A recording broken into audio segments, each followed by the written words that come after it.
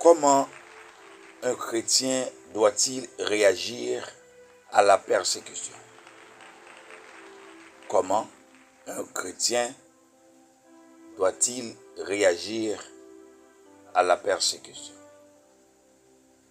La réalité de la persécution, chers frères et sœurs bien-aimés, dans la vie des chrétiens, ne fait aucun doute. Les chrétiens doivent s'attendre à la persécution.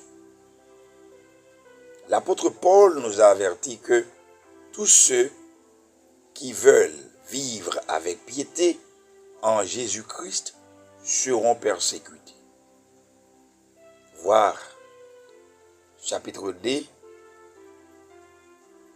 du livre de Timothée, ou du moins de l'épître de Timothée, chapitre 3, verset 12.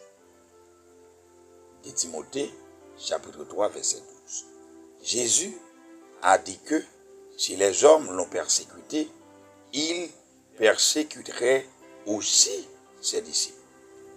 Jean chapitre 15, verset 20. Jésus continue pour dire clairement que le monde haïra les chrétiens parce qu'il est Christ.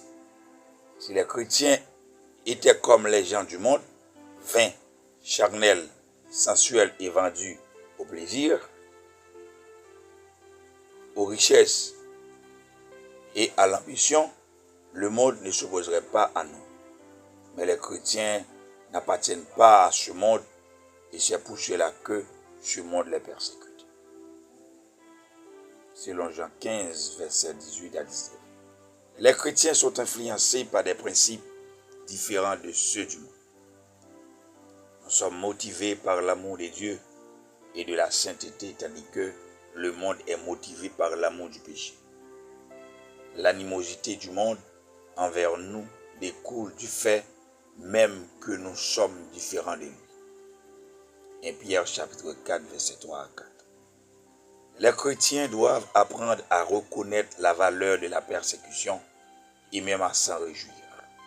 Non de manière ostentatoire, mais en silence et avec humilité. Car la persécution peut être d'un grand bénéfice spirituel.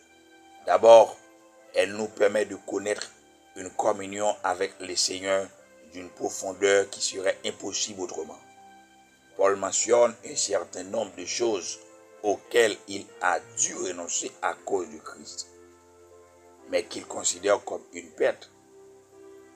Philippiens chapitre 3, verset 8. À cause de la communion aux souffrances de Christ, Philippiens chapitre 3, verset 10, le noble apôtre considérait même ces chaînes comme une grâce, une faveur de Dieu. Philippiens chapitre 1, verset 7. Ensuite, en réalité, la persécution est bonne pour les croyants. Jacques affirme que l'épreuve de notre foi produit la patience et nous aide à grandir en maturité. Jacques chapitre 1, 2 à 4. Comme l'or est éprouvé par le feu, les épreuves et persécutions forgent notre caractère.